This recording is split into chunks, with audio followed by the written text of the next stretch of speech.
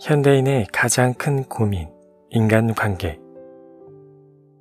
드디어 당신과 만났군요. 무수히 많은 책 가운데 이 책을 선택해 주셔서 감사합니다. 이 책에서 무엇을 배우고 싶은가요? 혹시 직장 생활을 비롯한 여러 인간관계에서 마찰을 겪고 있나요? 말이 매번 의도와 달리 전달되는 것 같아 답답하고 힘든가요? 평소 왜 저 사람은 내 말을 들어주지 않을까? 어째서 나를 이해해주지 않는 걸까? 사실 나는 더 잘할 수 있는데 라고 자주 생각하나요? 만약 한 번이라도 그런 경험이 있다면 제가 당신의 고민을 해결해 드리려고 합니다. 지금부터 인생이 술술 풀리는 말하기, 즉 과학적으로 사람의 마음을 움직이는 방법을 알려줄 겁니다. 이 책에 나오는 방법을 행동으로 옮긴다면 당신이 꿈꿔온 삶의 모습에 점차 가까워질 겁니다.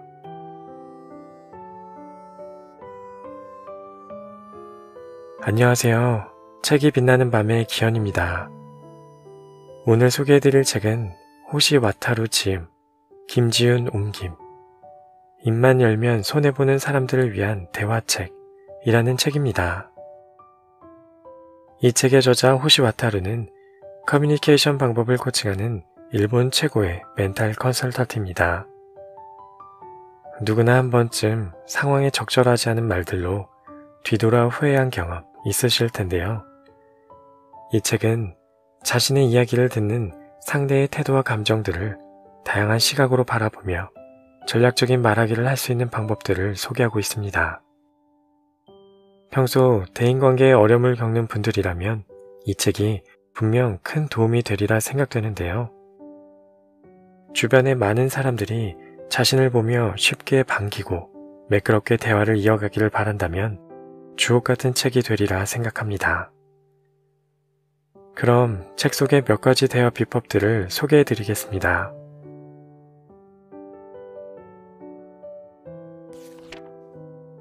안심감을 부르는 말 센스. 안심감을 추구하는 인간의 본능. 지금부터는 사람의 마음을 움직이는 과학적인 대화법 중 안심감을 채워주는 대화 기술을 설명해 보겠습니다. 인간은 오래전부터 안심감을 채우기 위해 노력해왔습니다. 조금 과장하면 인류는 안심감을 따라 진화했다고도 할 수 있습니다. 안심감을 얻고 싶다는 생각은 우리의 DNA에 새겨져 있지요. 왜 그런 걸까요? 뇌는 죽지 않는 것, 즉 생존을 가장 중요하게 생각합니다. 안심감을 추구하는 이유도 살아남기 위해서입니다. 인간은 본능적으로 안심감을 주는 사람 곁으로 향합니다. 안심감을 주는 사람은 타인에게 신뢰를 받을 뿐 아니라 이성에게도 인기가 많습니다. 과거의 인류는 육체적인 안심감을 느끼는 걸 최우선 과제로 여겼습니다. 언제 공격을 받을지 모르는 환경에서 살아왔기 때문입니다. 하지만 요즘은 매머드에게 습격을 받거나 갑자기 적군에게 기습을 당할 일은 거의 없습니다. 그렇다면 현대인들이 바라는 안심감이란 구체적으로 어떤 것일까요? 정신적인 안심감, 즉 마음의 평안입니다. 마음의 평안이란 여기에 있으면 편안하다. 이 사람과 대화를 하다 보면 진정된다. 이 사람이 곁에 있어주는 것만으로도 마음이 놓인다. 와 같은 감정을 뜻합니다. 여기서 지금까지의 인생을 돌아보며 생각해 봅시다. 당신은 주로 언제 안심감을 얻습니까?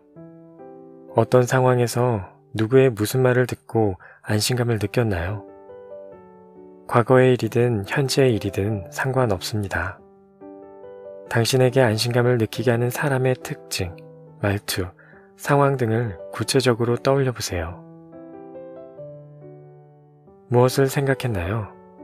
어떤 답을 냈든 가장 중요한 것은 내가 그 특징과 조건을 충족하고 있느냐입니다. 그렇다면 이제 안심감을 추구하는 본능을 활용한 대화 방법에 대해 자세히 알아보겠습니다. 절대 부정하지 마라.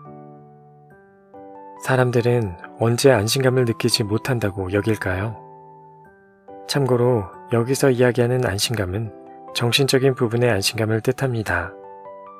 주변에 혹시 이런 사람이 있는지 생각해 봅시다. 무슨 의견을 제시하든 그건 어려울 것 같다며 부정적으로 반응하는 사람. 에이, 그건 아니지 하며 사사건건 반대하는 사람. 나의 존재 자체를 부정하는 듯한 발언을 일삼는 사람. 우리는 의사소통 중 나의 이야기가 틀렸다고 지적당하거나 제안을 거절당하면 불안해합니다. 그로 인해 존재 자체를 부정당할까봐 두려워하는 것이지요. 누구나 부정당하면 마음의 상처를 입습니다. 그리고 비슷한 상처를 받을 것 같은 일을 무의식적으로 회피하게 됩니다. 우리 뇌는 기억해야 하는 일과 잊어버려도 되는 일을 끊임없이 선별합니다. 뇌가 어떤 경험을 기억에 남길지 말지 판단하는 기준 중 하나는 강한 감정을 동반하느냐, 그러지 않느냐입니다. 인간의 뇌는 강한 감정을 동반한 사건을 중요한 사건이라고 판단해 저장합니다.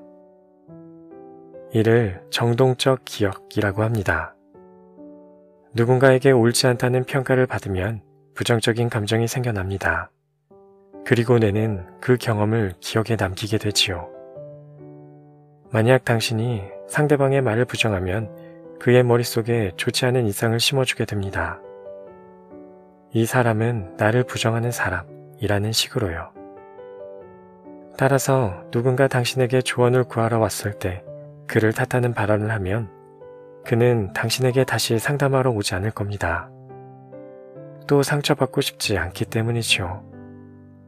예를 들어 당신에게 부하 직원이 있다고 가정해 봅시다. 당신이 그의 앞에서 남의 말을 부정하는 모습을 자주 보였다면 부하 직원은 상처받고 싶지 않은 마음 때문에 당신에게 자신의 실수를 제때 보고하지 않을 겁니다. 사태가 걷잡을 수 없이 커지고 나서야 어쩔 수 없이 당신에게 털어놓겠지요. 돌이킬 수 없는 최악의 상황에 빠지는 겁니다. 일상에서 사람들과 어떤 식으로 대화를 나누고 관계를 맺어가나요? 어떤 상황에서든 절대 부정하는 모습을 보이지 않기로 시도해보세요. 사람들이 당신에게 누구에게는 이야기해도 괜찮아, 내가 무슨 말을 하든 틀렸다고 단정하지 않으니까 라고 평가하게 만들어 봅시다. 부정하지 않기를 실천하면 사람들은 당신을 안심감을 느끼게 만드는 사람으로 인식할 겁니다. 이 사람에게는 상담을 하거나 조언을 구해도 부정당할 일이 없다는 생각 때문에 당신에게 이야기를 꺼내고 싶어지겠지요. 그러면 자연스럽게 당신에게 사람과 정보가 모입니다. 이처럼 영향력을 가지려면 먼저 사람들의 안심감을 충족시켜줘야 합니다. 여기서 한 가지 중요한 점이 있습니다. 부정하지 말라는 것이 꼭 상대의 의견에 모두 동의하라는 뜻이 아니라는 사실입니다. 자신의 주관을 지키되 저 사람은 이런 생각을 하는구나 하고 받아들이기만 하면 됩니다. 무조건 수긍하는 것이 아니라 입장을 이해하려는 자세를 보이는 것이지요. 상대의 말을 부정하지 않고 끝까지 경청하면 화자는 안심감을 느낍니다. 물론 상대방의 생각과는 다른 조언이나 지시를 해야 하는 상황도 있겠지요. 그때는 상대의 말을 끝까지 들은 다음에 이야기하면 됩니다. 안심감을 준 다음에 충고를 건네면 상대방도 자연스럽게 귀를 기울이기 마련이니까요. 첫 마디부터 그건 아니지, 뭐 무슨 말도 안 되는 소리야 등 부정하는 발언을 일삼는 사람은 안심감을 주기는커녕 미움만 살 수 있습니다. 하지만 그래도 뭐라고 등 역접의 의미가 담긴 말도 마찬가지입니다. 대화할 때는 부정하는 말을 지양하고 그렇군요, 그렇게 생각하셨군요 같은 반응을 먼저 보이길 바랍니다.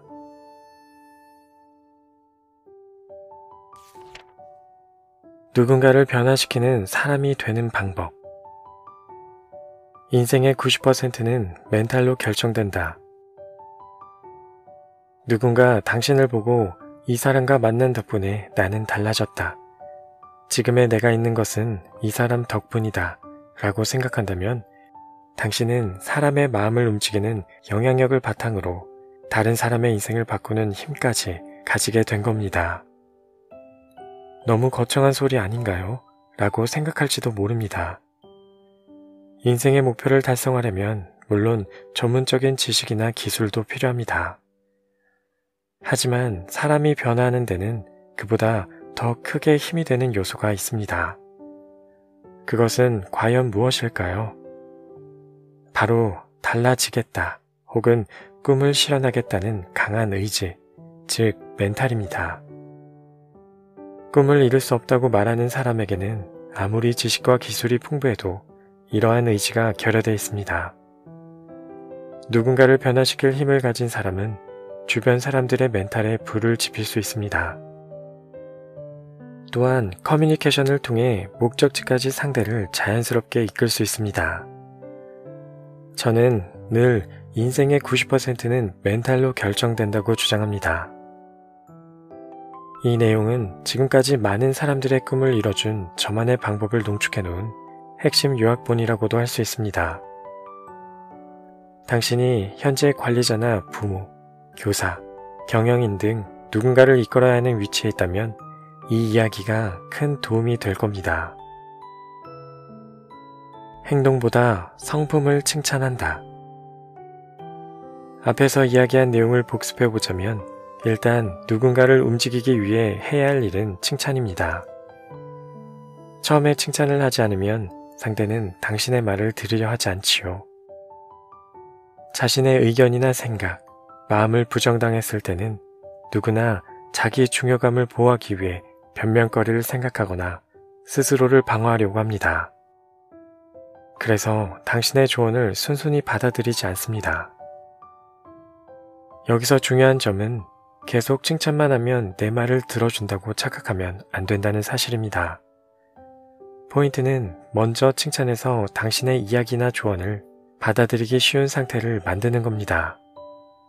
즉, 적절한 환경을 조성하는 것이지요. 심리학자 조안 그루색은 다음과 같은 실험을 했습니다.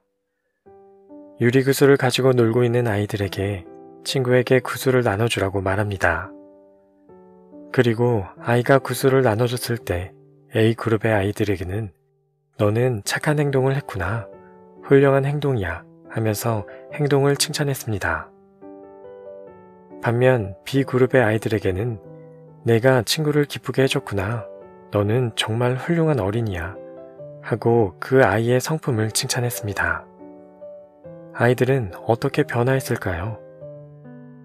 2주가 흘러 행동을 칭찬받은 A그룹 아이들 가운데 10%는 입원한 친구에게 힘이 돼주기 위해 선물을 전달했습니다. 한편 B그룹에서는 45%의 아이가 친구에게 선물을 전달했습니다. 상대의 성품, 즉 존재 자체를 칭찬하면 그에게 더 크게 영향을 줄 수 있다는 사실이 밝혀진 것이지요. 행동 자체를 칭찬하는 것도 나쁘지 않습니다. 칭찬은 언제나 좋은 것이니까요. 하지만 그 상황에서 그런 결단을 내릴 수 있다니 정말 용감하네요. 언어적인 감각이 정말 좋으세요. 항상 멋쟁이시네요 등 상대의 존재 자체를 부각시켜 칭찬하면 그 뒤로도 상대의 행동에 큰 영향을 주게 됩니다.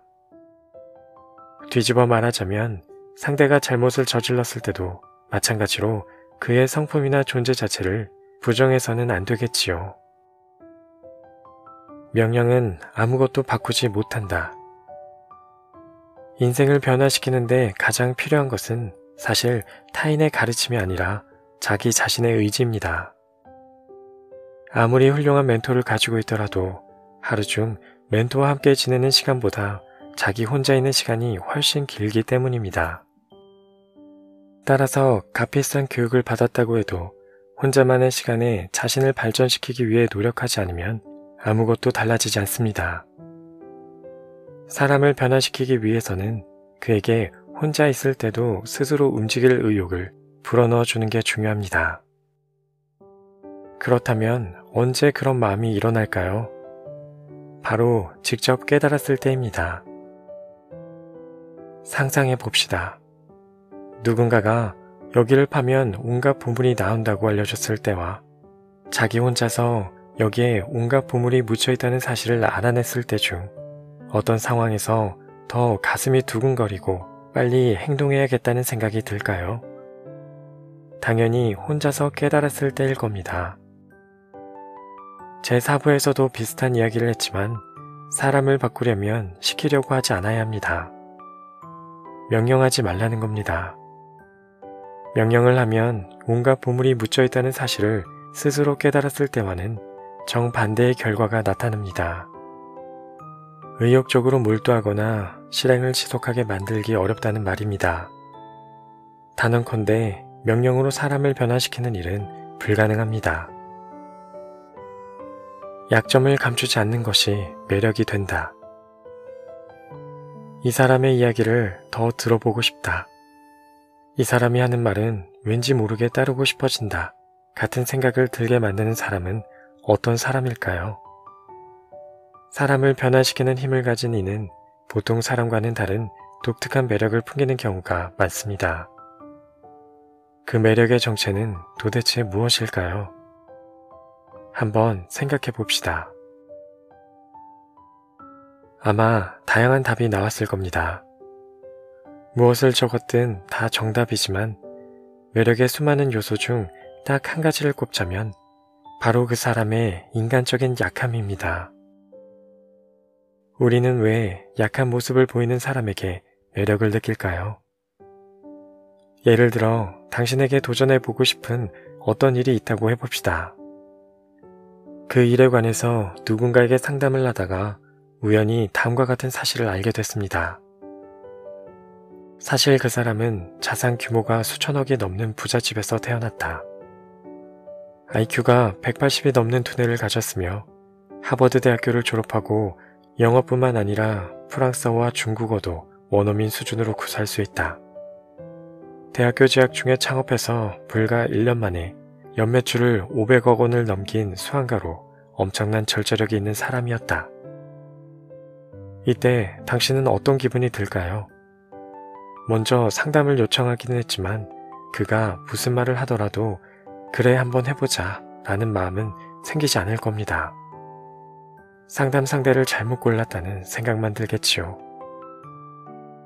인간적인 약함을 보이면 심리적 거리가 좁혀지는 효과가 있습니다.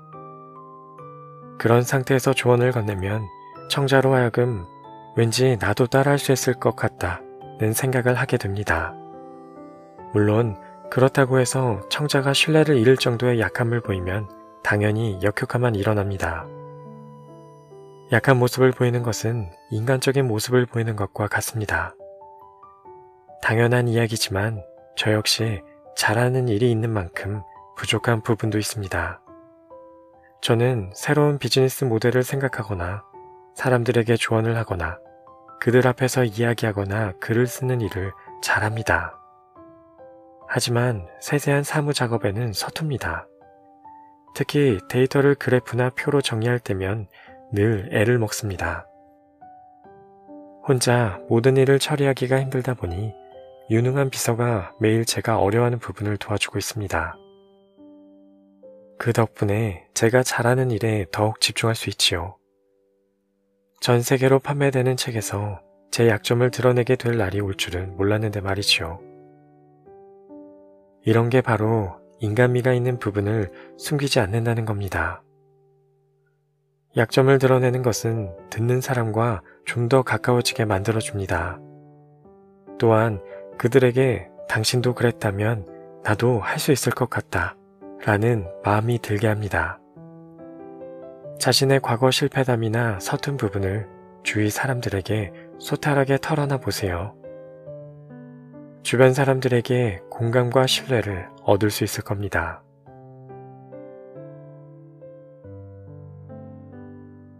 오늘 준비한 내용은 여기까지입니다. 말 한마디로 많은 것을 이뤄낼 수 있다고 믿어봅니다. 지금까지 책이 빛나는 밤의 기현이었습니다.